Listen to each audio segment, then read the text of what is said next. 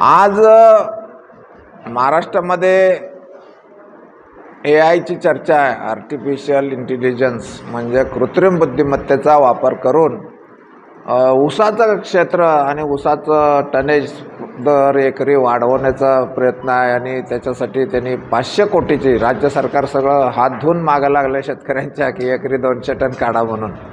तर ही बारामतीची भानामती आहे, ही फसवणूक आहे आणि याला विरोध करण्यासाठी म्हणून आज आम्ही इथं एकत्रित आलेलो आहोत। हे जर का 200 टन निघत असेल तर आम्ही आमची सगळी जमीन या लोकांना द्यायला तयार आहे। त्यांनी आम्हाला एकरी 100 टन द्यावे आणि 100 टन त्यांनी घ्यावे असं आज आम्ही एकमताने इथं ठराव केलेला आहे।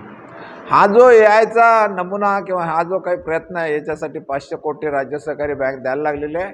तर यांच्या काही मित्रमंडळींची जी काही संसाधनं आहेत ती खपवण्यासाठी हा सगळा उद्योग चाललेला आहे। तर यांनी आत्तापर्यंत गोवंश हत्याबंदीचा कायदा आणला, त्याच्यामुळं सबंध प्राणी आणि सबंध शेती आमची उद्ध्वस्त झालेली आहे। दुसरं वन्यप्राणी संरक्षण कायदा काढला, वर्षाला 40,000 कोटीचं आमचं नुकसान व्हायला लागलेलं आहे। याच्यामध्ये बाजार समित्यामध्ये MSP मिळत नाही, मिनिमम सपोर्टही मिळत नाही, प्राईस मिळत नाही, त्याच्याबद्दल हे मुख्यमंत्री काही कारवाई करत नाहीत। इथं दूध संघामध्ये सगळं भेसळीचं दूध गोळा व्हायला लागलं आहे, भेसळ प्रतिबंधक सगळे झोपा काढतायत, कुणी त्याच्यावर कारवाई करायला तयार नाही।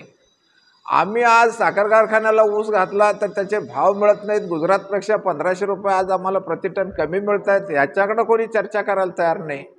कापसाच्या बाबतीत शेतकरी रोज 15 ते 20 आत्महत्या करतायत, त्यांना भाव मिळत नाही, त्याच्याकडं कोणी बघायला तयार नाही।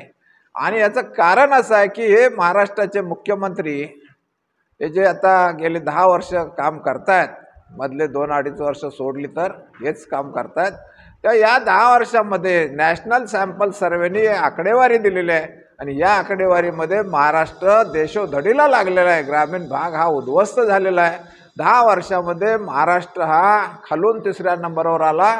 आता महाराष्ट्रामध्ये महाराष्ट्रापेक्षा ग्रामीण दारिद्र्य फक्त झारखंड आणि छत्तीसगड या 2च आदिवासी राज्यामध्ये, बाकी बिहार, उत्तर प्रदेश, मध्य प्रदेश, शेजारचा कर्नाटक, गुजरात हे सगळी राज्य आज आमच्यापेक्षा आर्थिक प्रगतीपथावर गेलेले आहेत। आणि याला कारण आहे हे लुटारूंची टोळी आहे सबंध महाराष्ट्रामध्ये सहकारातली।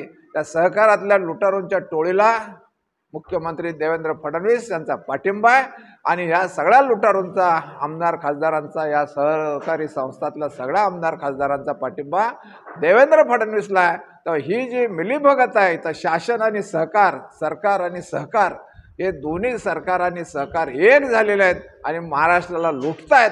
आणि म्हणून महाराष्ट्रातले ग्रामीण भाग हा नॅशनल सॅम्पल सर्वेच्या नुसार आता रसातळाला गेलेला आहे। देशभरामध्ये जी सरासरी दारिद्र्याची आहे त्याच्याही खाली आम्ही गेलेलो आहोत आणि हे अत्यंत दुर्दैवी आहे। फुल्यांचा, छत्रपती शिवाजी महाराजांचा आणि आंबेडकरांचा महाराष्ट्र मानायचं आणि आर्थिक दृष्टिकोनातून आज आम्ही झारखंडच्या जवळ जाऊन पोचलेलो आहोत। लाजा वाटायला पाहिजे त्या मुख्यमंत्र्यांना आणि मंत्र्यांना की यामध्ये आपला महाराष्ट्र आता कुठं जाऊन बसलेला आहे।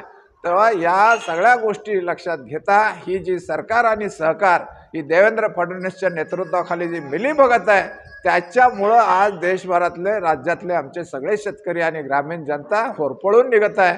याला जबाबदार मुख्यमंत्री देवेंद्र फडणवीस आहेत।